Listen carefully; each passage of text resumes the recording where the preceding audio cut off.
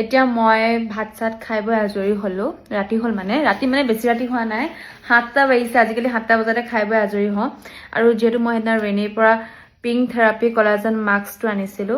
এইটো জানেনে অকল 50 ml আছে আৰু প্ৰাইচটো মই আজি চাইছো 599 ইমান দাম বুলি মই ভাবাই নাছিলো মানে 50 ml নে কিমান ml আছে বুলি মই তেতিয়া চোৱা নাছিলো আৰু এতিয়া এইটো লগাম গড নোজ কেনেকুৱা হয় কৃষ্ণ ভাল হলে হয় দেই আৰু ইয়াৰ গোন্ধকেইটা কিন্তু বৰ এটা ভাল নহয় দেই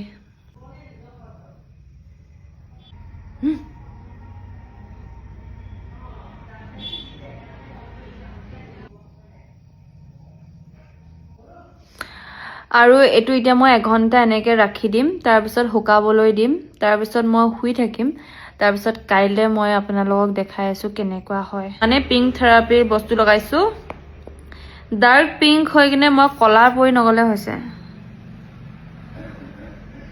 লাষ্টত বোলে ৰাণী পিংক হৈ মই গোটেইজনী কলা মলা পৰি আজৰি এতিয়া এখিনি হুকাবলৈ দিম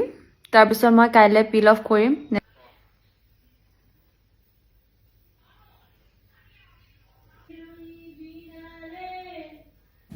9:48 আৰু মই 7টা বজাত লগাইছো গোটেই ৰাতিটো লগাই থাকিব লাগে বুলি কয় আৰু মই ইমান অশান্তি পাইছো শুবলৈ টানি ধৰিছে মোক বিধৰণে লাহে লাহে হেৰি মানে আঁতৰাই আছিলো এতিয়া ভাবিছো মই গোটেইটো আঁতৰাই দিওঁ বুলি কাৰণ মই শুবলৈ অশান্তি পাইছো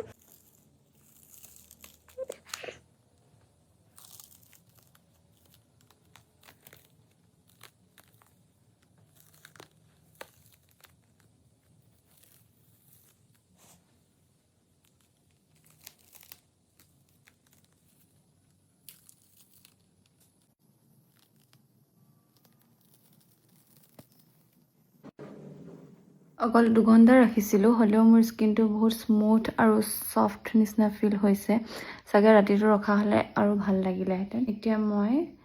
সেৰামটো লগাম মাস্কটো লগোৱাৰ আগত মই জেলি ক্ৰীম এটা আছিলে যে সেই জেলি ক্ৰীমটো এপ্লাই কৰিছিলো সেইটো দেখাব পাহৰি থাকিলো